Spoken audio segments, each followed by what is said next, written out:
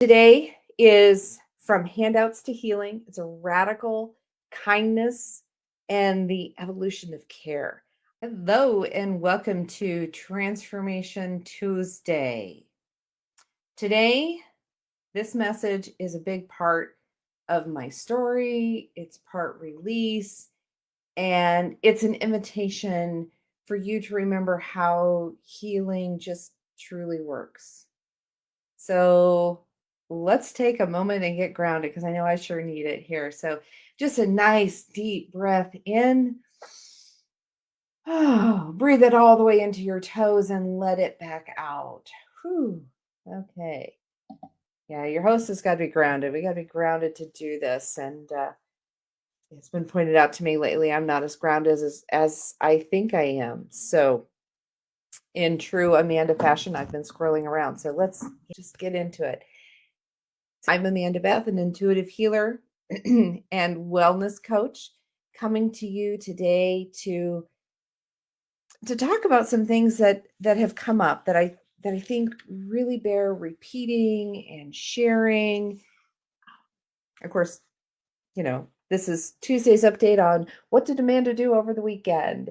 And this last weekend, I had the opportunity to really highlight and promote the healing aspects of the things I do, focusing on the Iowa Salt Pod, the float tank experience, and how all of that works and comes together. So we had a community event to promote mental health awareness. We have a new psychiatrist. Gosh, I knew I was going to look this up and mess it up. Anyway, she is new to town. She is a psychiatrist, and she's treating individuals in our community. And here in rural Iowa, resources are at such a premium. And I know that there are so many people that just don't have access to care. They don't have the resources for the care once they find it. So I think it's really, really important for our community, number one, to come together. Our suicide rate here in our county is 100 times the national average. We are a small rural farming community, and it affects everyone. And the stresses here are just really incredible. And I had the opportunity to chat a bit with Jessica about this, and her observations are the same as many of my observations, and that we are all so overstimulated and we're unsupported in our world. People are overwhelmed. The resources do exist, but they're not always accessible. And kindness really feels kind of rare when you're in that state. So as much as we've worked to acknowledge mental health needs, to normalize it, and I don't like that word. I don't like those things together, but that's what it is. And so Sunday I was at this community event, and it was very, very well attended. And there was a psychiatrist who came in and did a presentation talking about diagnostic criteria and how all of that has changed over the years. And when I was in college in the late 80s, early 90s, yeah, there's my age, I was working from one DSM. I think it was the 3R. We are up to the 5R, so the 5th edition. And these are the DSM is a diagnostics statistics manual, and it's the criteria that's used to make a mental health diagnosis. And so in this, he delineated out that there are some things that are physical challenges that we have. If your thyroid's off, you can be tired and lethargic and depressed. And so this manual helps to remind clinicians to rule out any physical health things that could be presenting as mental health issues. And then the things that consistently need to be met. There are a period of time, a number of symptoms and conditions to have a diagnosis. I like to look at people as a whole person and not a diagnosis or a label. I kind of get the labels have their purpose, they have their place, insurances and so forth and so on for that. But basically, we're humans and we need to take care of and address those symptoms. And I find that people have a lot of relief by using the float tanks, the float pods, doing float therapy. And I have the opportunity to offer those services. I also have some homeopathic remedies that also help individuals through those symptoms so that they can be happier and better adjusted into the everyday society. So, and this goes into something else that I'm doing, that purge, that ongoing purge. My basement is going to be so clean and clear. I'll be able to rent space, I think. But anyway, after attending this and reacquainting with the struggles in the mental health arena, then I was working on some of the last boxes in my basement. And these are boxes that came from my office that I put away 22 years ago. They were brought from my office where I was a social worker working with families in crisis and children that were at risk of going into the foster care system if their families didn't make some changes. And so I did parenting education. We dealt with lots of mental health, substance use and abuse. And so teaching families and looking at all those aspects. And those were the boxes that I was sorting yesterday. And doing this on the heels of doing this workshop on Sunday, and then to be sorting through all the boxes and the criteria. And I threw out over 3 legal boxes that, bigger than the banker boxes, the really long ones of handouts and guides and criteria. And it was sad, and it was also refreshing. Um, those handouts, I was the handout queen, and I really believed deeply that those were the tools to give my clients, those families, a path to better life. And at the time that I was doing this work, they were cutting edge.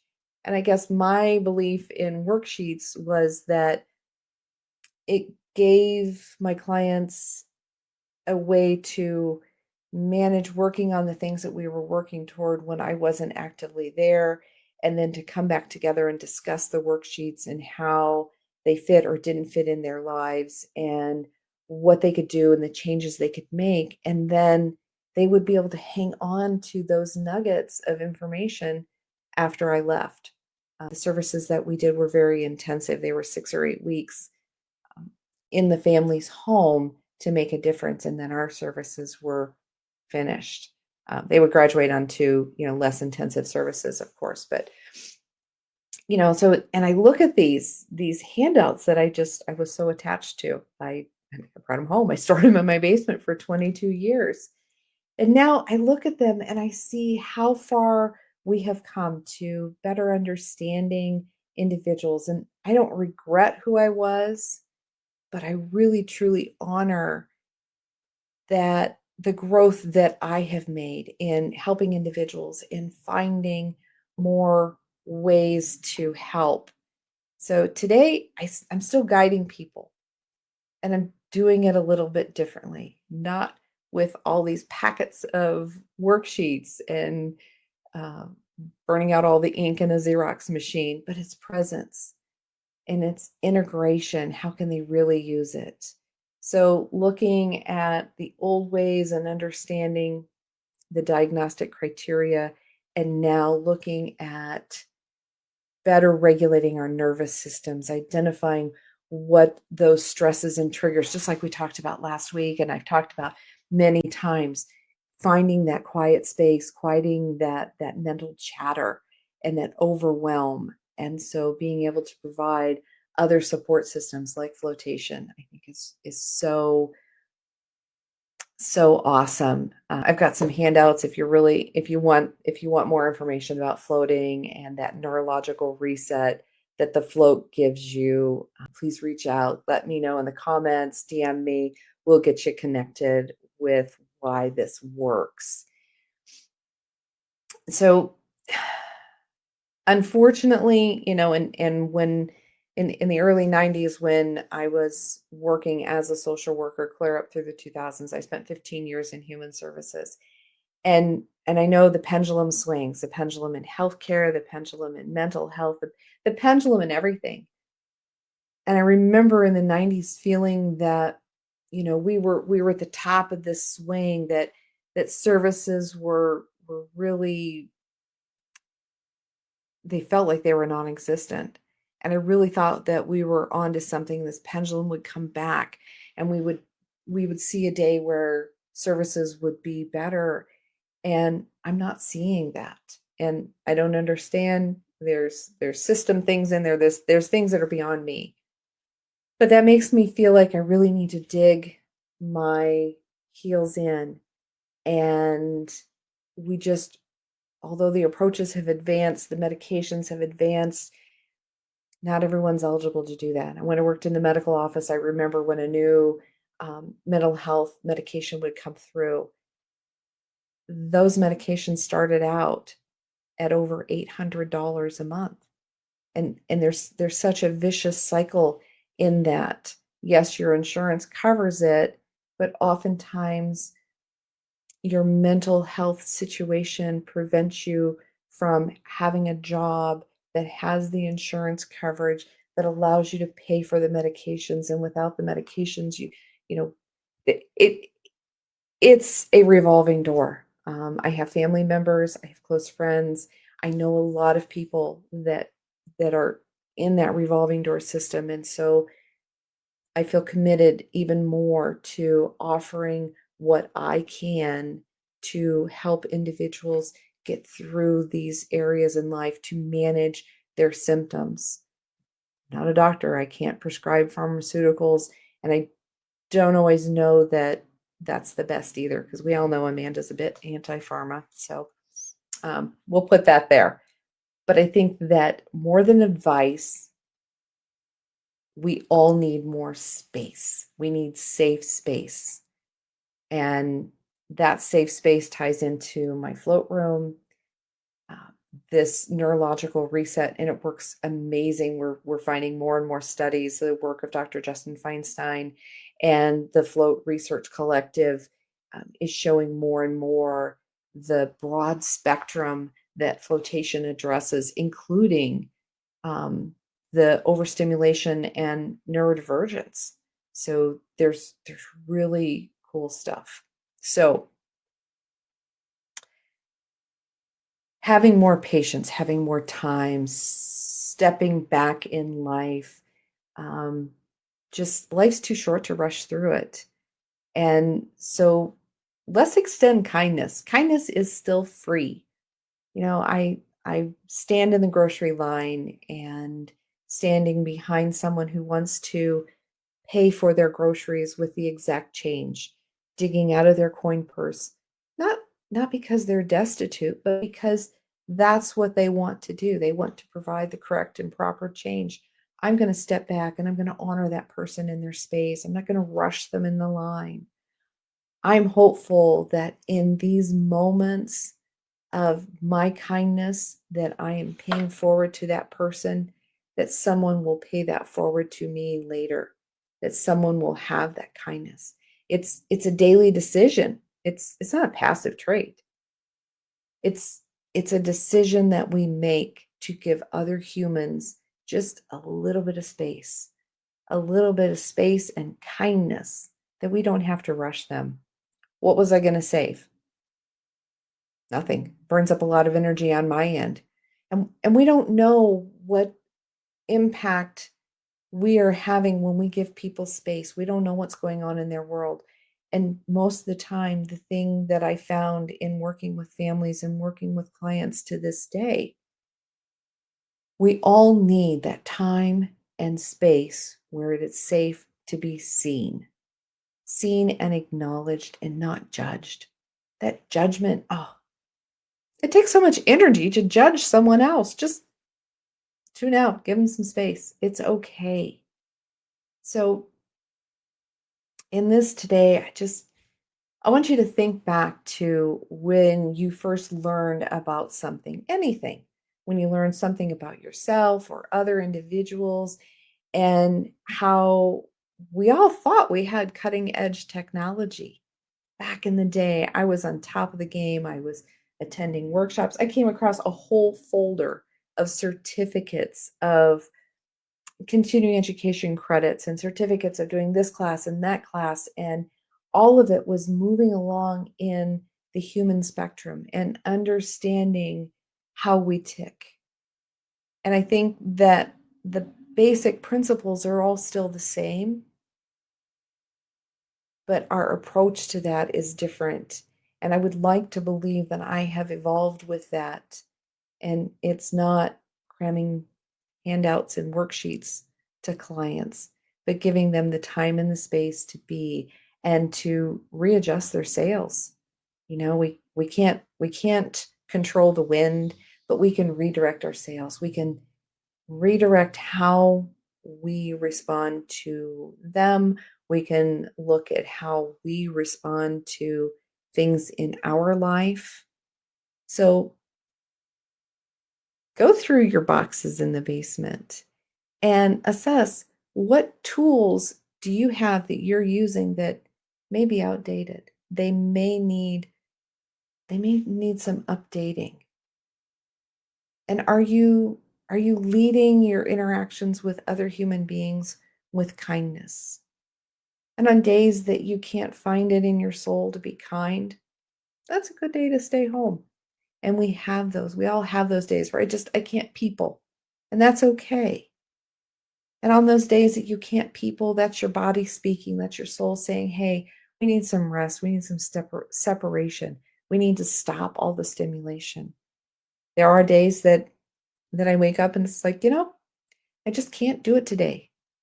Well, I could make myself, but I'm not going to gain from it. I'm not going to learn from it. It's going to be so difficult that, it's not worth it. It's not worth the energy, and I am at risk of being unkind to another human being. And that just is not okay. So take the day, take the time, do your rest, and hydrate. You know, So, yeah, what do you need to release in your space? What are the things that are bothering you? What are the things that are caught up? Do you need to go float? I know that a lot of my float clients who also attend therapy or other things, and they will tell me, yeah, my therapist said I need to go float. I know my family and close friends will say, you haven't floated lately, have you? So it does change. And what the float environment is creating that time and space where you're in dark and you're in silence, and your brain has that opportunity to really rest and recover and learn how you can do things. Um, Sometimes it's just the rest and recovery. Sometimes it's that creative outlet. Sometimes it just really allows you to address everything. And I know when I started the whole float business, my angle in floating is not necessarily the meditative side, but it is the healing, the chronic pain and inflammation, the PTSD, those anxiety things. And it dovetails so well into the movement in the entire float industry. So definitely check out the Float Research Collective. It's awesome. There's so much information there. So some downloads to go to theta. So just say yes out loud. This is going to be awesome. The downloads that I'm feeling for today is that um, we need to remove that obligation to push through and work through our body signals. We need to remove that it's a sin to rest. Um, we need to remove whatever gets in the way of us being kind to other individuals, to stop and, do that 4 count breathing. If you're having a bad day and you still have to go in the store, do some 4 count breaths in the car before you go in, you know, put yourself, find your mindset. So let's remove what prevents us from identifying our needs and our symptoms to take care of ourselves. Okay. That's big. Let's do that work. If you would like those, we'll just say yes out loud. We're also going to include the forgiveness.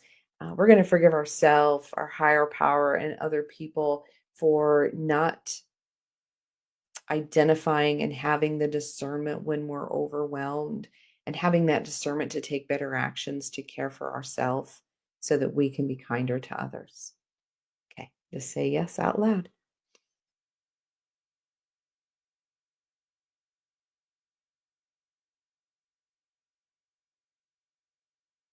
That feels awesome. That feels really awesome. So drop a heart in the comments if you've ever outgrown some of those tools that once saved you.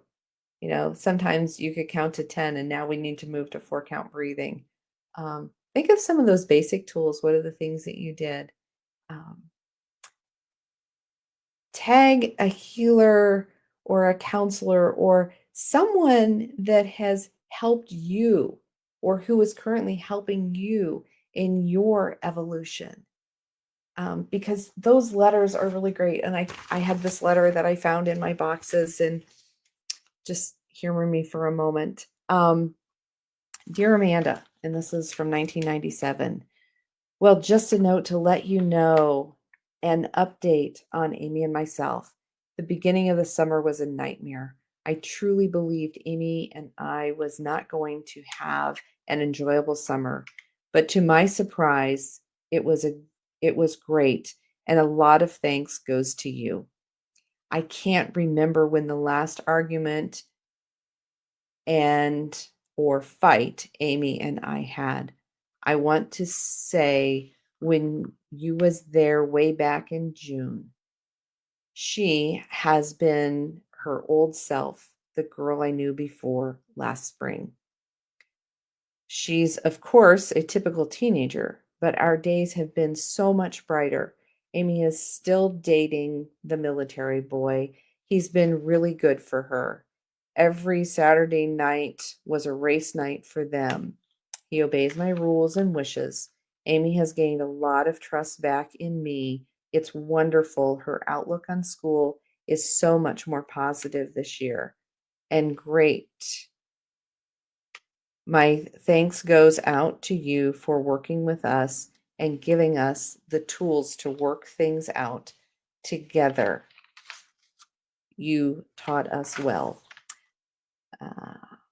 And then there's some personal things here, but it says, again, Amanda, thank you for being there for Amy and I.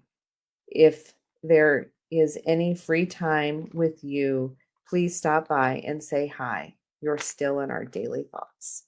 Sincerely. So give thanks. Give thanks to those people who helped you get to where you are. Even if it was a short encounter or anything, but that goes back into that whole gratitude practice. Have thanks and appreciation. So look forward to seeing everyone again next Tuesday. Certainly check in with me at amandabethhealing.com. /Linktree will get you to the proper social wherever you want to interact with me. That will be great. I look forward to seeing you all next week. Thank you.